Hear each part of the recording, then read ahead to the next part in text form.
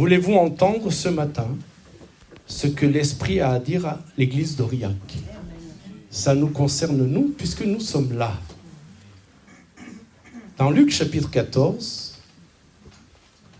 nous étudierons à partir du verset 25 jusqu'à la fin du chapitre, mais ce matin,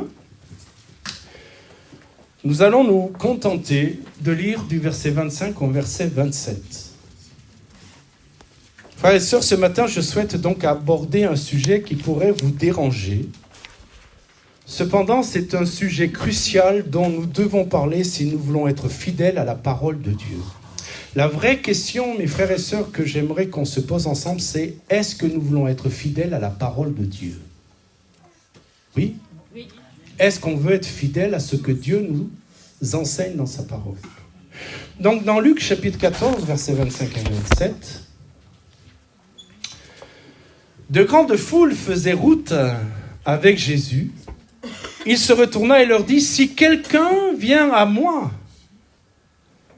et s'il ne hait pas, une autre version a atténué ce mot un petit peu.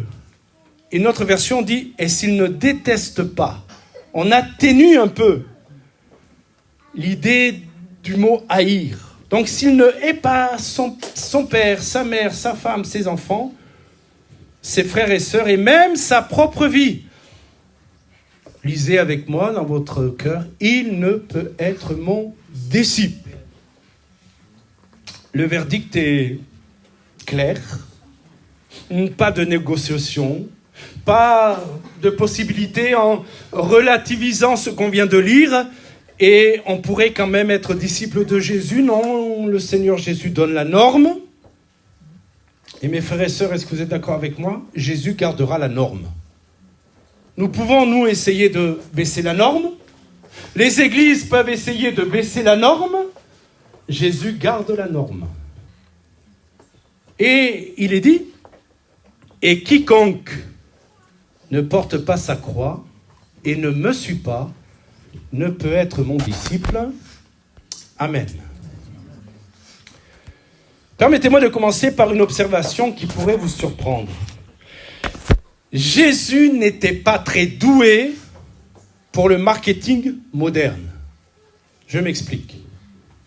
En fait, il a fait exactement tout le contraire de tout conseiller en communication lui aurait recommandé. Aujourd'hui, on nous dit constamment, il faut simplifier votre message. Il faut le rendre facile à accepter.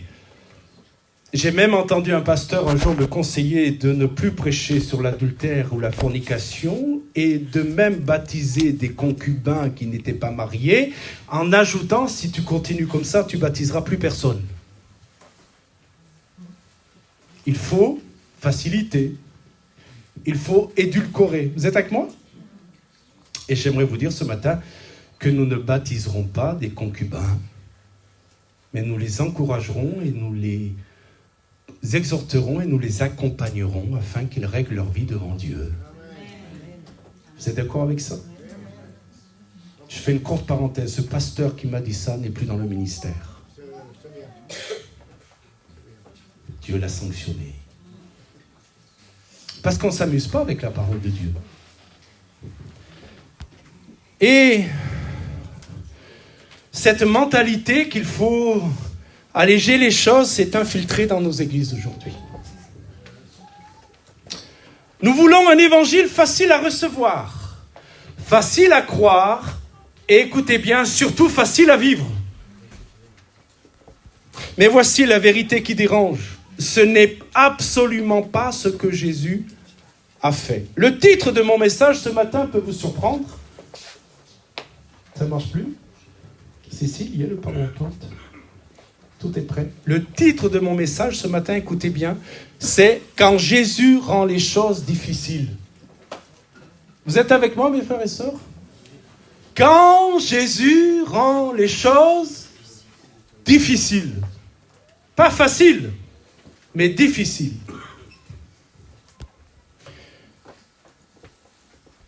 La vérité qui dérange, c'est que Jésus, lui, ne baisse pas la norme. Quand les foules venaient à lui, Avez-vous lu avec moi ce matin? Il rendait les choses plus difficiles, pas plus faciles. Et c'est exactement ce qu'on va voir dans ce chapitre 14. Au verset 25, il est dit que de grandes foules faisaient route avec Jésus. Voilà exactement le genre de situation que tout pasteur moderne rêverait d'avoir, n'est-ce pas? Moi, j'aimerais que dans ce lieu rentrent de grandes foules. Vous aussi? Maintenant, il faut voir de quoi est composée cette grande foule. Parce que le nombre ne fait pas la vérité. Un jour, on m'a dit, lorsque je parlais d'une certaine assemblée où il y avait beaucoup de monde, et on m'a dit, mais regarde le monde qu'il y a, aujourd'hui ça s'élève à des milliers. J'ai eu cette réponse un peu directe, où j'ai dit, écoutez bien ma réponse, sur le Titanic, il y avait aussi beaucoup de monde. La foule ne fait pas la vérité. Et je dis souvent que Jésus était un piètre pasteur, parce que si vous connaissez la vie du Seigneur Jésus, à la fin de la fin, il s'est retrouvé tout seul. Alors c'est vrai que si un pasteur a la réussite, et si on mesure cette réussite à la foule qui vient écouter ses messages et suivre son ministère, on va se dire, eh bien le ministère se développe de cet homme. C'est le moment parfait pour capitaliser sur cette popularité, pour rendre alors le message encore plus attractif. Alors on va simplifier, on va édulcorer. Mais regardez ce que Jésus fait. Au lieu d'adoucir son message, au lieu de rassurer les foules, il va leur lancer le défi le plus radical qu'on puisse imaginer. Écoutez-moi bien mes frères et sœurs, vous voyez, Jésus savait quelque chose que nous avons tendance à oublier. Une grande foule n'est pas nécessairement composée de vrais disciples. Beaucoup suivaient Jésus pour de mauvaises raisons. Certains voulaient voir des miracles, d'autres cherchaient du pain gratuit. Mes frères et sœurs, c'était intéressant de suivre le Seigneur. Parce que lorsqu'on n'avait pas fait les courses et lorsqu'on n'avait pas les moyens de faire les courses, on suivait le Seigneur et le Seigneur était capable, avec quelques poissons et quelques pains, de multiplier la nourriture. Vous avez vos Bibles? Jean chapitre 6, versets 26 à 27. Prenez vos Bibles parce que ce matin, nous y ferons plusieurs lectures. Jean chapitre 6, versets 26 et 27. Jésus leur répondit, en vérité, je vous le dis, vous me cherchez non pas parce que vous avez vu des miracles. C'est étonnant ça quand même.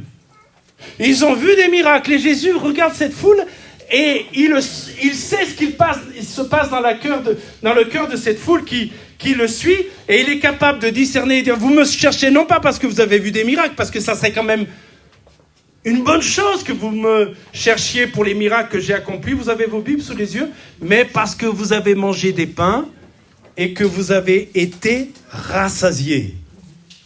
Autrement dit, vos motivations n'étaient pas pures.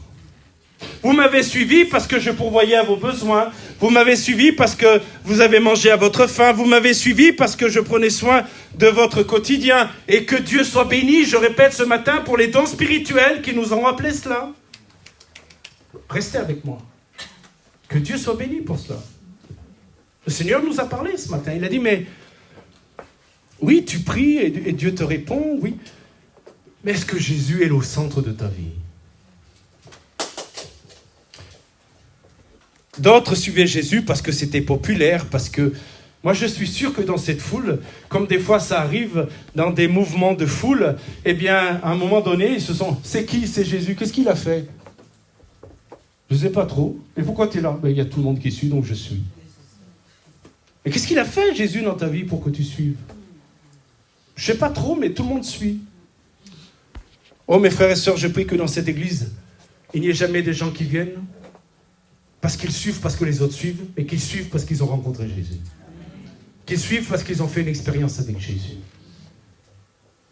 Nous prions qu'il y ait, pour chacun de ceux qui vont venir dans ce lieu, chacun de ceux qui sont déjà dans ce lieu, il y ait une réelle rencontre avec Jésus.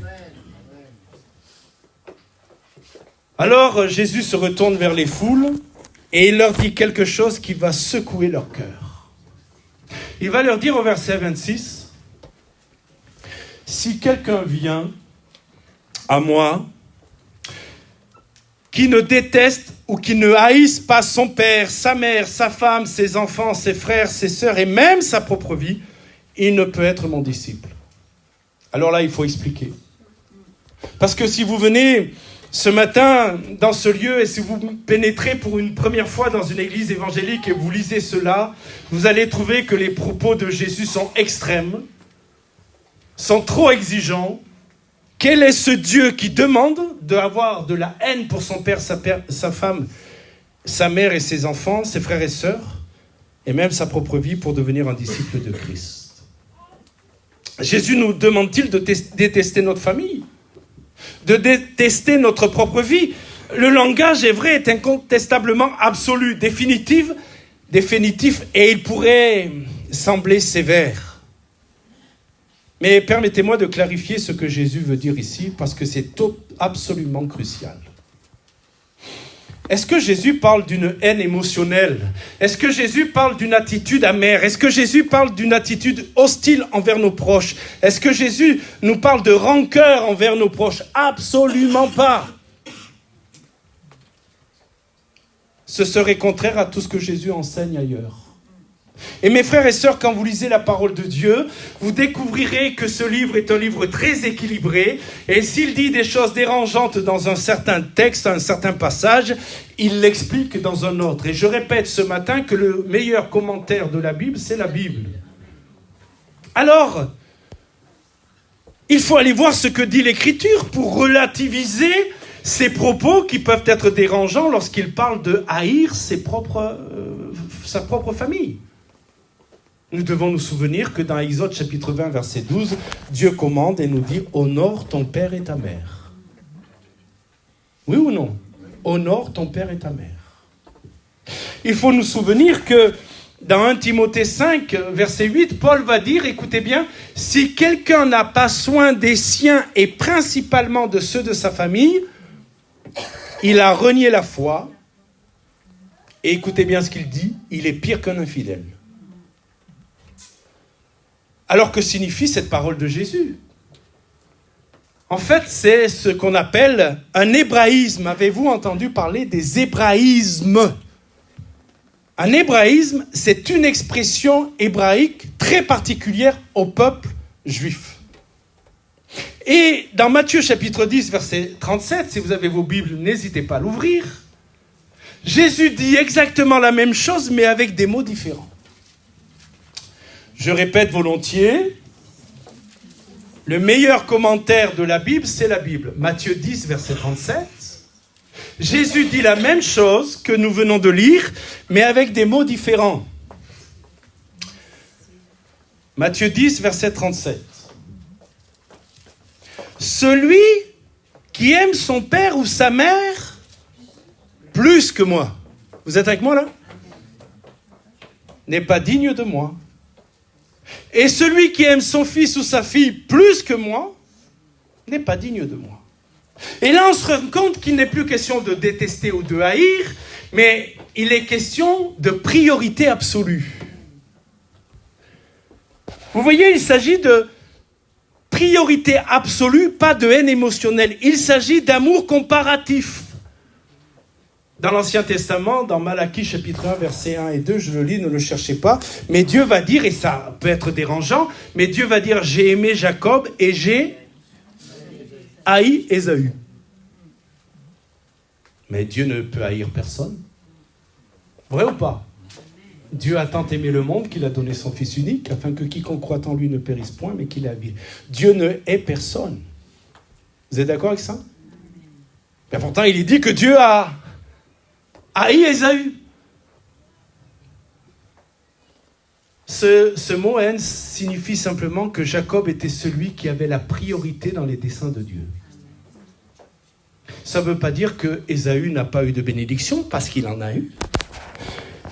Mais c'est le choix de Dieu, la souveraineté de Dieu, que Dieu ait aimé Jacob et l'ait fait passer en priorité par rapport à Ésaü. Alors vous allez me dire, mais Dieu a des chouchous. Non, Dieu n'a pas des chouchous. Mais écoutez-moi bien, Dieu étant souverain, il fait les choix qu'il veut, et je vais aller au bout, et il n'a pas à nous expliquer. Nous, les hommes, on a des arguments à donner sur nos choix, éventuellement. Mais Dieu n'a aucun argument à nous donner, il fait ce qu'il veut, oui ou non? Il choisit ce qu'il veut, il fait ce qu'il veut avec qui il veut. Et on n'a pas à négocier avec ça. Alors, vous avez compris que ce que Jésus était en train de dire lorsqu'il parlait de haine ou de détester, non pas atténué, mais expliqué par Matthieu chapitre 10, verset 37. Ça reste quand même un haut niveau, mes frères et sœurs, et écoutez bien le haut niveau.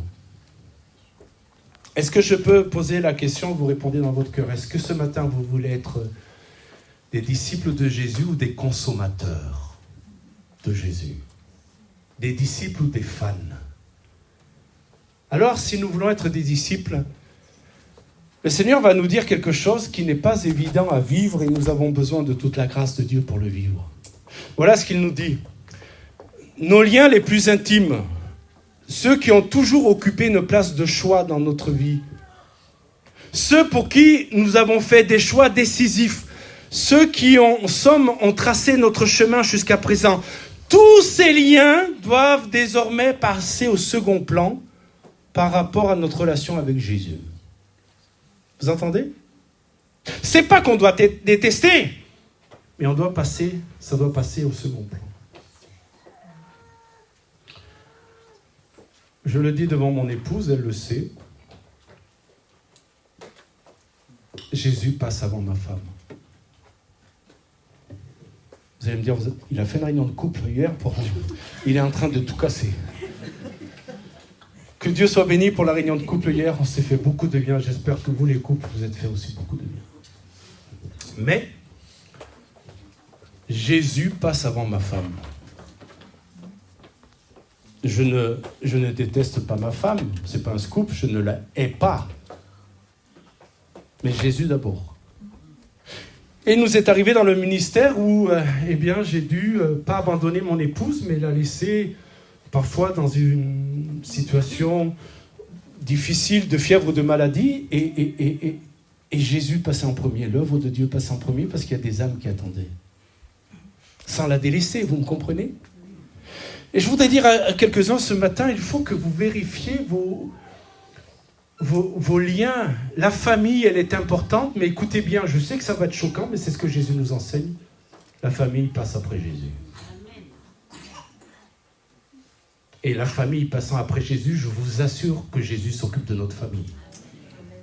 Jésus prend soin de notre famille. Et règle les choses qu'on ne peut pas régler. Cela signifie que notre amour pour Jésus dépasse désormais tout le reste, au point que cela puisse paraître comme de la haine en comparaison. Jésus nous demande, et on l'a lu et on l'a chanté ce matin, vous savez, il faut qu'on fasse attention quand on chante. Un pasteur avec qui on travaillait disait, les chrétiens ne mentent jamais. C'est vrai, hein? Normalement. Mais il ajoutait, sauf quand il chante. Seigneur, je te donne tout. Puis on va passer les offrandes. Seigneur, je te donne tout.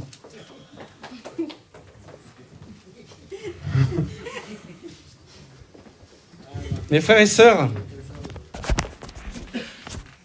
laissez-moi vous donner quelques exemples bibliques de la priorité qu'a pris Jésus dans la vie de certains. Et regardez combien ils ont été bénis. Dans Matthieu chapitre 4, versets 21 à 22, il est dit que Jésus, de là, étant allé plus loin, Matthieu chapitre 4, versets 21 à 22, de là étant allé plus loin, il vit deux frères, Jacques, fils de Zébédée, et Jean, son frère, qui étaient dans une barque avec Zébédée, leur père, et qui réparaient leurs filets.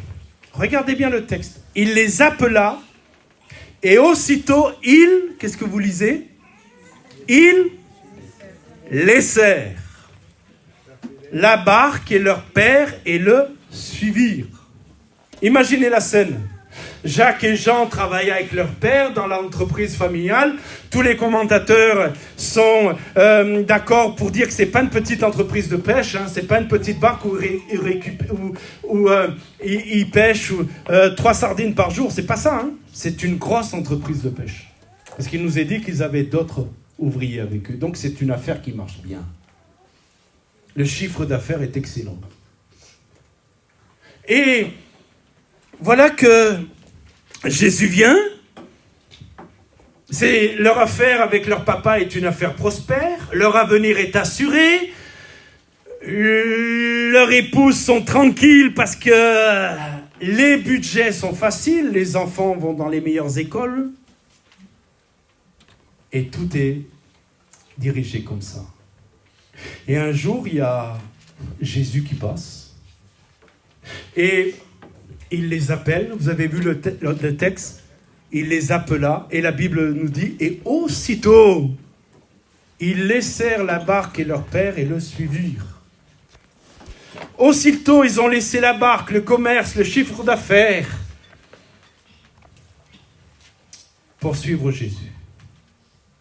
Alors peut-être vous allez me dire, oui, mais peut-être que Jésus leur a dit, si vous quittez ce poste, moi je vous donne un meilleur salaire, un 14e mois.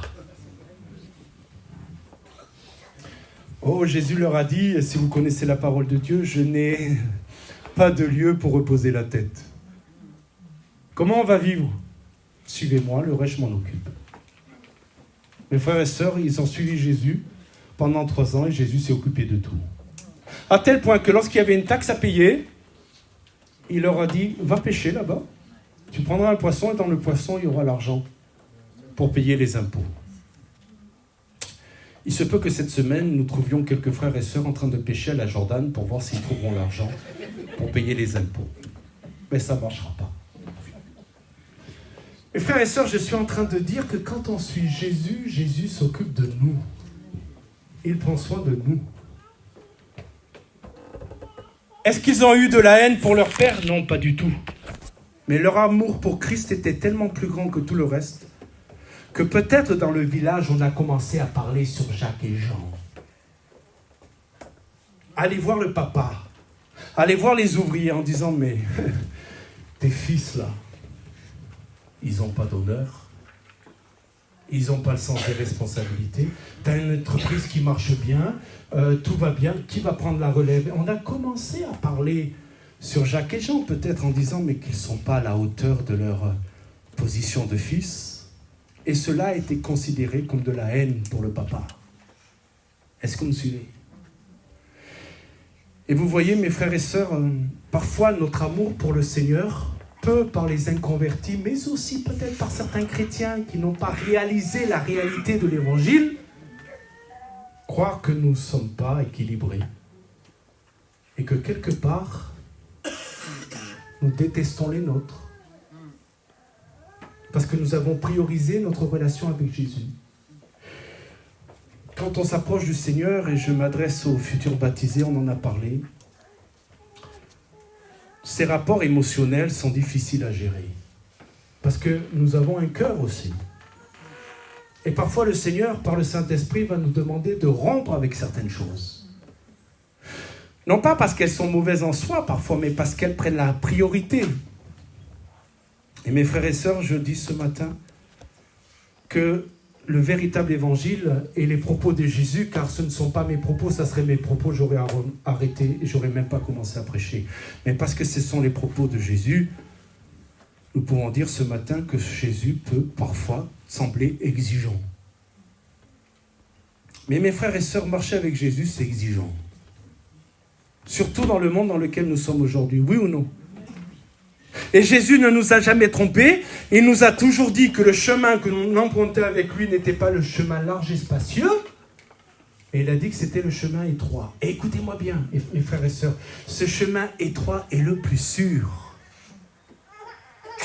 Le chemin large et spacieux est le plus dangereux, le plus risqué. Mais le chemin étroit est le plus sûr. Maintenant, pensez à Matthieu. Vous connaissez Matthieu? Quel était le métier de Matthieu avant de rencontrer Jésus? Collecteur d'impôts. Vous allez me dire, c'est le deuxième thème ce matin du culte, hein, les impôts. Dans Luc chapitre 5, regardez bien, Luc chapitre 5, versets 27 et 28. Luc chapitre 5, versets 27 à 28. Après cela, Jésus sortit, il vit un publicain. Donc un publicain, c'est un collecteur d'impôts. Alors il faut aller au bout des explications. C'est un juif qui travaille pour l'occupant romain. Donc c'est un collaborateur. Lors de la Seconde Guerre mondiale, on aurait dit que c'est un collabo. Il travaille pour l'occupant romain pour se faire de l'argent. Et ils avaient une mauvaise réputation. Vous connaissez l'histoire du plus petit publicain de la Bible. Il s'appelle comment ? Zachée. Et ils avaient la réputation, lorsque le gouvernement romain demandait de payer 100 €, eux, ils disaient, je vais les taxer de 120 € pour garder 20 € pour moi. Donc c'était la réputation des publicains. Alors on peut se poser la question, mais Jésus, tu ne peux pas appeler quelqu'un d'autre ? Franchement, moi, si j'avais dû sélectionner quelqu'un pour travailler avec moi, j'aurais regardé son pédigré, son curriculum vitae, et j'aurais pris tout sauf un publicain. Mais Jésus est un Dieu de grâce, d'amour, et il savait qu'il allait transformer Matthieu. Oh, la souveraineté de Dieu, le choix de Dieu, une nouvelle fois, on ne la discute pas. Alors, il était assis au bureau d'épeirage, il dit, suis-moi, et laissant tout, il se leva et le suivit. Matthieu est passé d'une carrière lucrative, de quelqu'un qui avait des richesses, il était prêt à tout perdre pour suivre Jésus. Ah, mes amis, je l'ai mis, je crois, dans WhatsApp et je vais le répéter ce matin. L'évangile nous coûte tout, mais l'évangile vaut tout. Amen. Jésus peut tout nous coûter, mais Jésus vaut tout. Alors je vais terminer et on poursuivra la prochaine fois en parlant de cette idée de porter sa croix. Parce qu'il y a des fausses conceptions sur le fait de porter sa croix. Et on en parlera la prochaine fois. Mais le Seigneur ajoute, et s'il ne hait pas sa propre vie, il ne peut pas être mon disciple. Remarquez que Jésus ne s'arrête pas à nos relations familiales. Père, mère, épouse, frères et sœurs. Il dit, si ça c'est réglé, c'est bien, mais il parle aussi de notre propre vie. Qu'est-ce que cela signifie ? Est-ce que cela signifie que vous devez avoir une attitude morbide et suicidaire ? Bien sûr que non. Cela signifie que vous accordez moins d'importance à vous-même, à votre volonté, à vos ambitions, à vos désirs, à vos objectifs, à votre confort, à votre sécurité parfois. Car votre désir de faire ce qui honore votre Seigneur est prioritaire. Écoutez ce que Jésus dit dans Jean 12, versets 25 et 26. On poursuivra une prochaine fois. Jean 12, versets 25 et 26.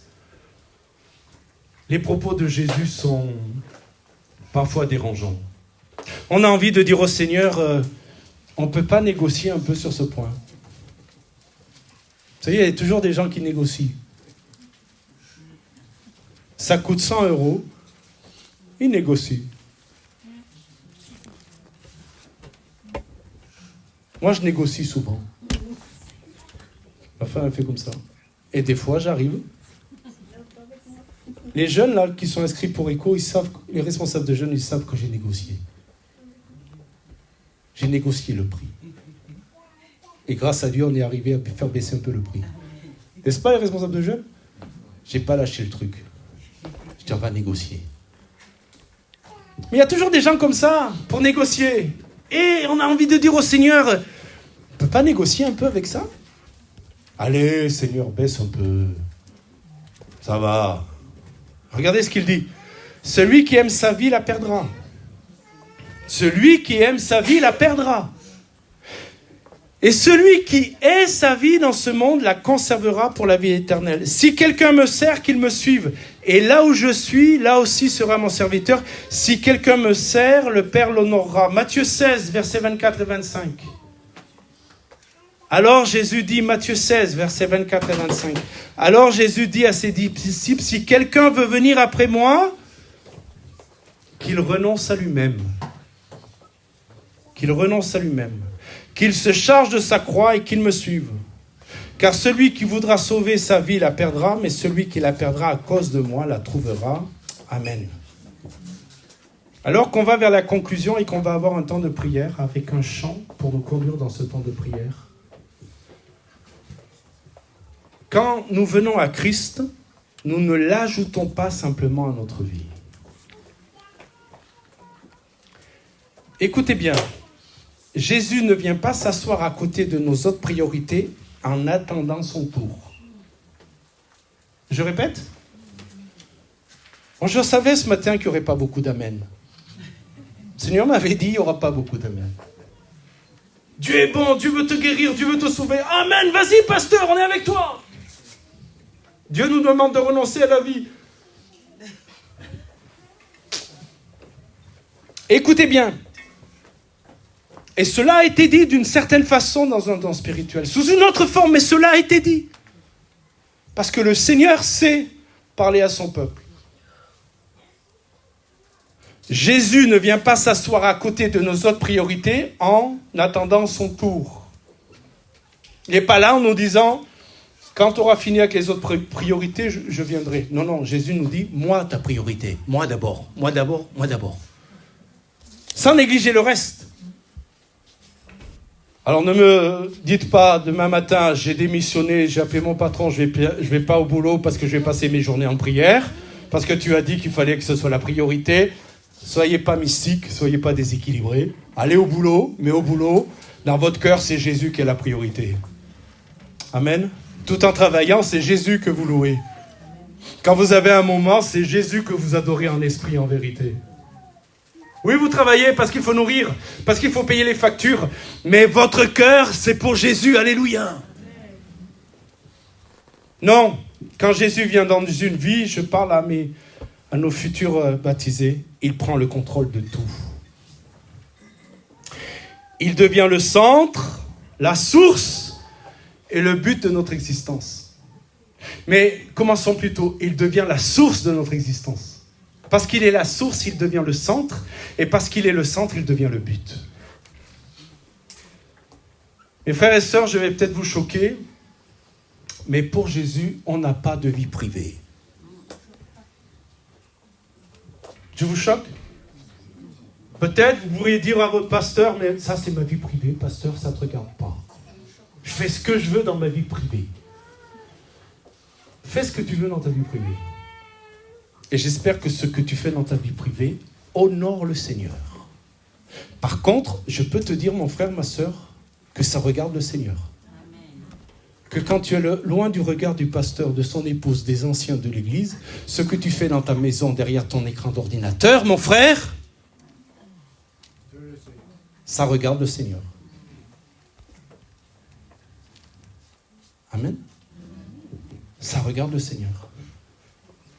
Alors Paul va dire quelque chose que je ne suis pas capable de dire encore aujourd'hui. Vous avez un piètre pasteur, il faut beaucoup prier pour lui. Galates 2:20. Galates 2:20. Je le lis ce verset et je demande toute la grâce de Dieu pour le vivre dans sa plénitude.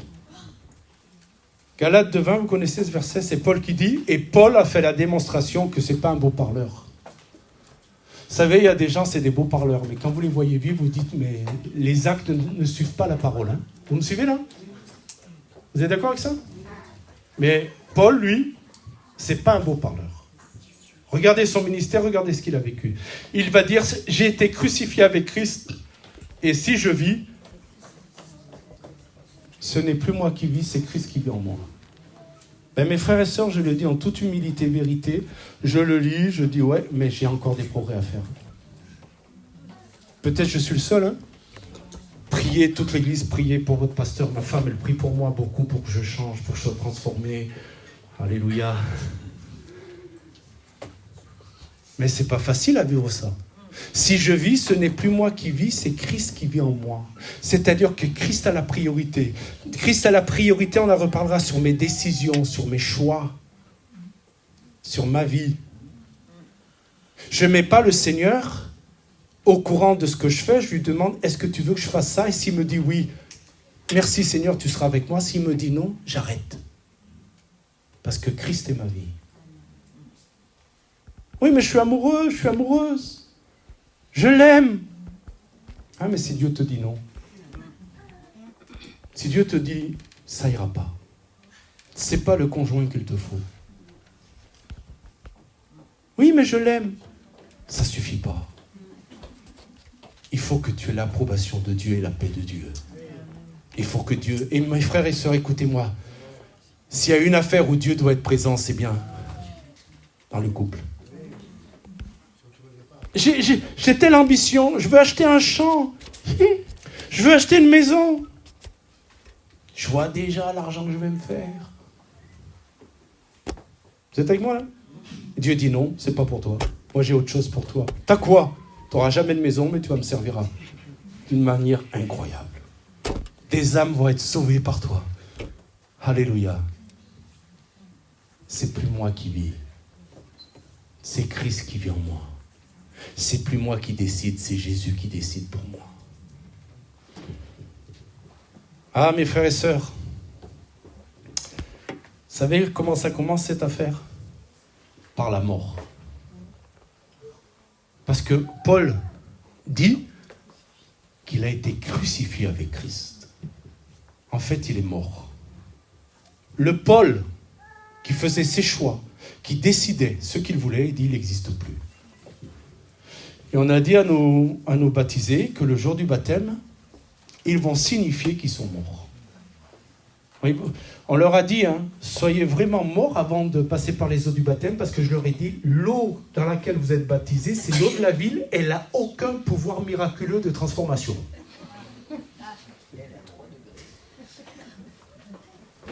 Et Serge a ajouté, en plus elle est à 3 degrés, vous allez voir si...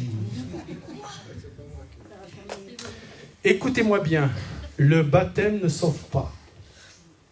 Le baptême est la démonstration du salut qui s'est opéré dans notre vie. Quand je me suis fait baptiser, ma famille est convertie, est venue à mon baptême, et ils ne connaissaient rien de l'évangile, de nos pratiques, tout ça. Et j'ai une sœur qui est venue me voir et me dit, Francis, ça m'a fait drôle. Quand tu es passé, elle m'a dit, dans cette baignoire, ouais, c'était une baignoire. Enfin, quand elle était plongée dans les eaux, elle dit, j'ai eu l'impression que mon petit frère était mort. Et j'ai dit, tu as tout compris. Le petit frère Francis que tu as connu, il n'existe plus. Il est mort. Et si vous ne mourrez pas, vous ne pouvez pas vivre la vie de Christ. Vous pouvez venir à l'église, vous pouvez venir chanter, mais vous ne pouvez pas vivre la vie de Christ. Mais si vous mourrez, c'est-à-dire si vous abandonnez votre vie, c'est symbolique bien sûr, On n'est pas venu avec, je ne sais pas moi, on n'est pas venu avec une hache et un bio ce matin pour dire allez, qui est volontaire. C'est symbolique. Mais si vous mourrez à votre ancienne vie, qui est dominée par le péché, par la loi, par la nature pécheresse, si vous mourrez à ça, alors vous pouvez vivre la vie avec Jésus. Et vous savez, le message que je viens de prêcher et la lecture que nous venons de faire, il n'est pas trop dur. Amen. On sait que c'est la norme. On sait que c'est la vérité. Ça peut être dur pour ceux qui ne sont pas encore vraiment engagés à fond avec le Seigneur. Ça peut être dur pour les chrétiens qui sont encore charnels, parce qu'un jour on en parlera, des chrétiens charnels. Pas des pécheurs, des chrétiens charnels. Ça peut être dur, conduits par leur chair. Ou celui qui est au trône de leur vie, c'est la chair, c'est pas l'esprit. Vous êtes avec moi là? Ça peut être dur, mais si vous êtes à Christ, vous savez que c'est la norme. Et mes frères et sœurs, vous savez que quand même en grande partie, vous le vivez ça. Amen. Par la grâce de Dieu, vous le vivez ça. Et je prie que vraiment, parce que je crois que Dieu veut faire de grandes choses au milieu de nous, mais ça commence par ça. Avant de voir des centaines d'âmes venir à Jésus, ça commence par ça. Et le Seigneur est en train de le faire. Que Dieu soit béni.